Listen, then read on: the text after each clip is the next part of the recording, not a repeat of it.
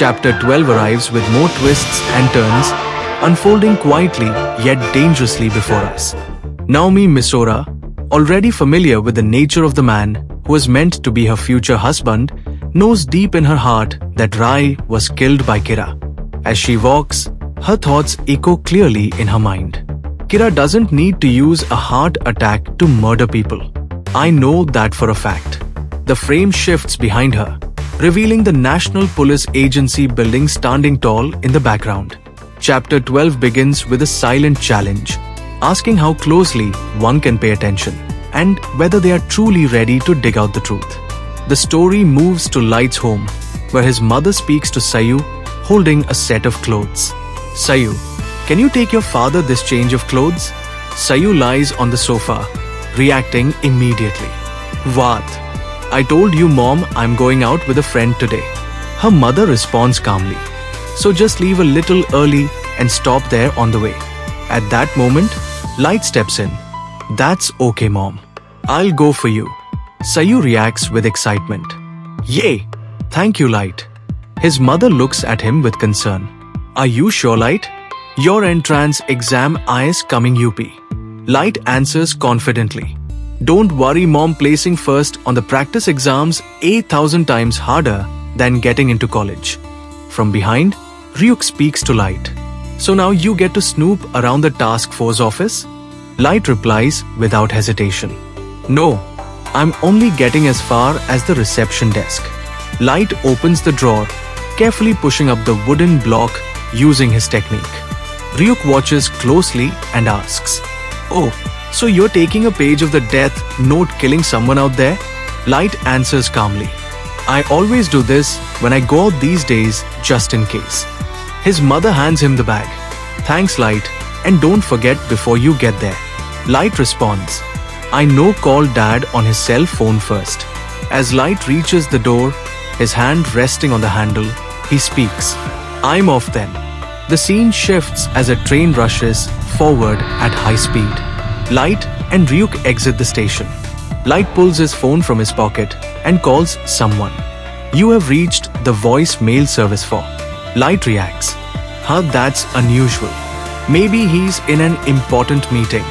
The camera widens as Light walks toward a building surrounded by emptiness.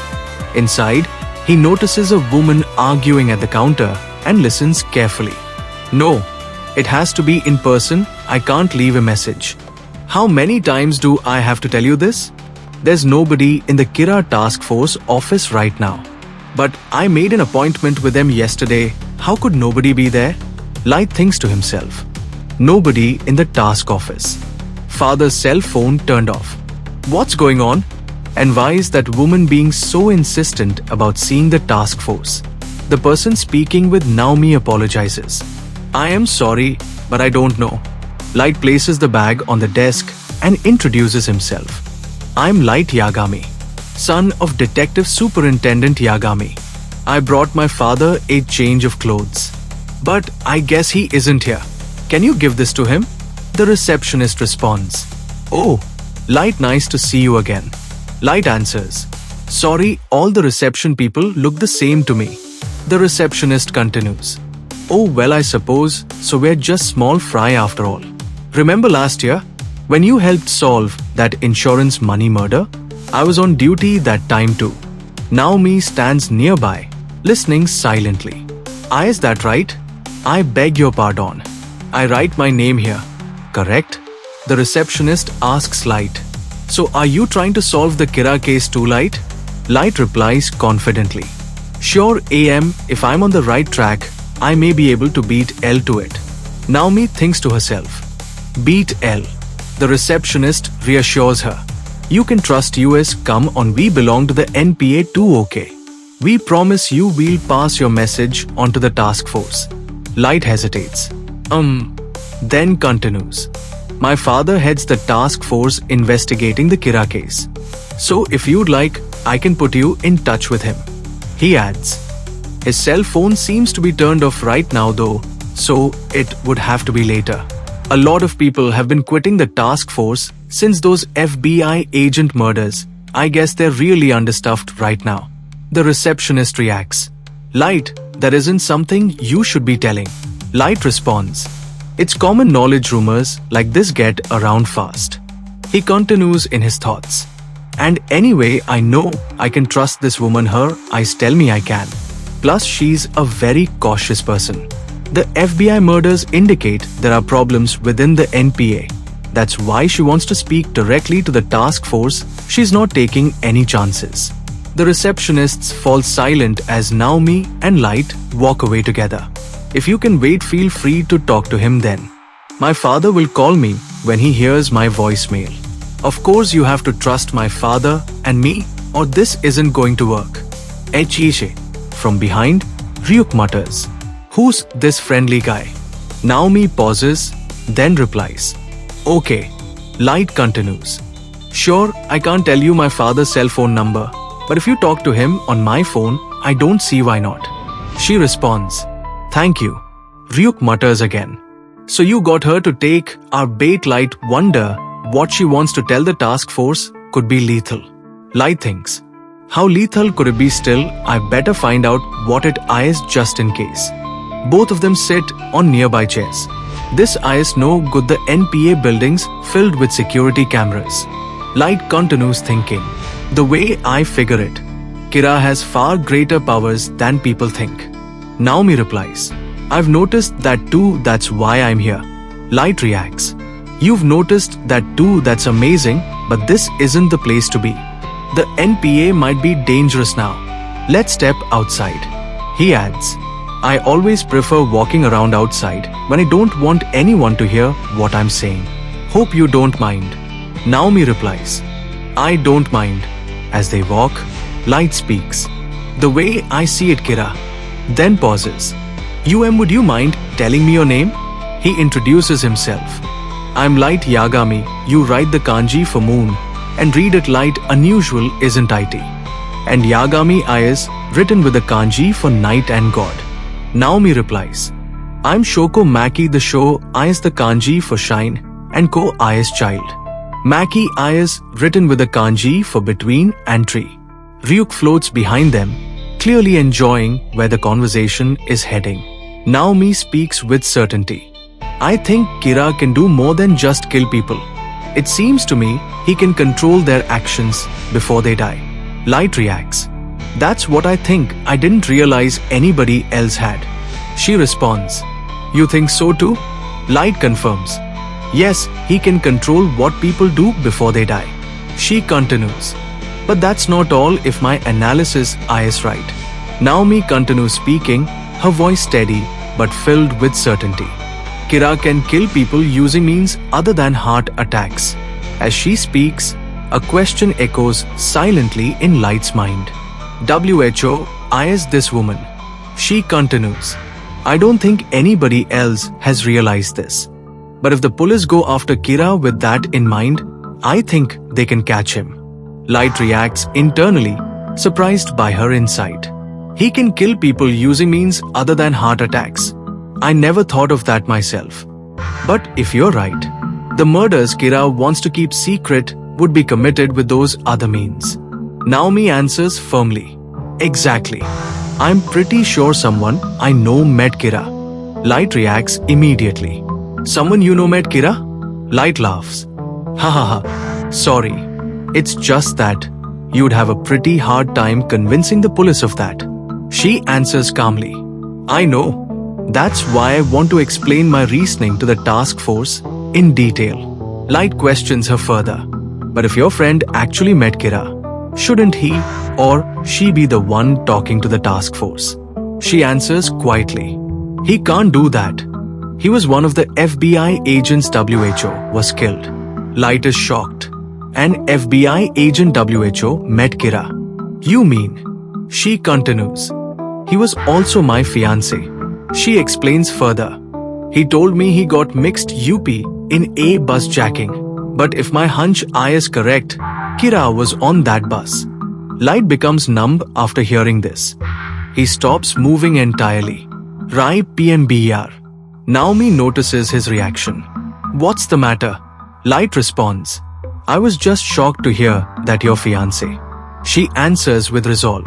Yes, that's why I won't rest for a moment until the police arrest Kira. And I'll do everything in my power to help them. Light asks carefully, but why do you think Kira was on that bus? Naomi begins explaining in detail. The busjacker was a killer wanted for holding UPA Bank 2 days earlier. He died when he was run over by a car. 8 hours before that, another wanted criminal tried to rob a convenience store and was stabbed to death. She continues. 2 wanted criminals committed crimes on the same day and died at the scene in accidents. That's highly unusual. Her voice remains steady. 8 days after the busjacking, my fiancé and his 11 colleagues all died. And during those 8 days, more than 20 people with some link to crime, including petty criminals, died in Tokyo of heart attacks. She adds, but after the FBI agents died, this spate of deaths abruptly stopped. She lists them quietly. My fiancé and the convenience store robber and the busjacker, she concludes, were all used by Kira in order to murder the FBI agents in Japan. I'm convinced of it. She continues explaining. The convenience store robber could have been used as practice for the busjacker's death. And the busjacking was a ruse for Kira to get information on the FBI from my fiancé. She emphasizes. The robber and the busjacker both died from causes other than heart attacks. Light responds. And that's how you figured out Kira can use other means to murder people? With determination, she replies. Yes. Light remains skeptical. That seems like kind of a big leap to me. She answers firmly. No, Kira for sure controlled the busjacker. I know it. She explains her reasoning. Ever since I heard about that busjacking, IT nagged at me. So I casually asked my fiancé about it later. She continues. He never said WHO it was. But he did tell me this. Light and Ryuk listened closely. He showed his FBI ID to another passenger. He said he had no choice. She adds. He was on a top secret mission, which was unknown to the Japanese police. He was under strict orders not to show anyone. She recalls. He made me swear I wouldn't mention this or the busjacking to anybody. She concludes, that's why. I'm convinced he was the one WHO tipped Kira off to the presence of the FBI in Japan. Light thinks carefully, then responds. So you're saying that Kira made the criminal hijack a bus to get your fiancé to reveal his identity. And then, the busjacker was run over by a car. Which means Kira doesn't only use heart attacks to murder people. Light analyzes her conclusion. Your deduction is based on facts known only to you. And your emotions over losing your fiancé led you to this conclusion. So your judgment is clouded by personal feelings. And you have no proof. He pauses. Still, I agree it's worth looking into. Your testimony will mean a lot to the task force. Right now, they're at a total loss. This could really help their investigation. She replies softly. I hope so. Light continues. And if what you say turns out to be right, I agree with you that they'll be able to catch Kira. He adds, because if you're right, Kira was the person your fiancé showed his ID to on the bus. Light thinks to himself, if this woman had told the police all this before she told me. Ryuk watches silently as Light realizes the danger. This Shinigami may not be on my side, but it looks like another goddess. The scene fades. Light's evil laughter, filled with the confidence of someone who believes he has already won. And Naomi's complete trust, given only to reach the truth. But when one side is driven only by victory, and the other by nothing but honesty, where will this path finally lead? Getting close to the truth does not always mean winning. Sometimes it becomes the greatest mistake of all.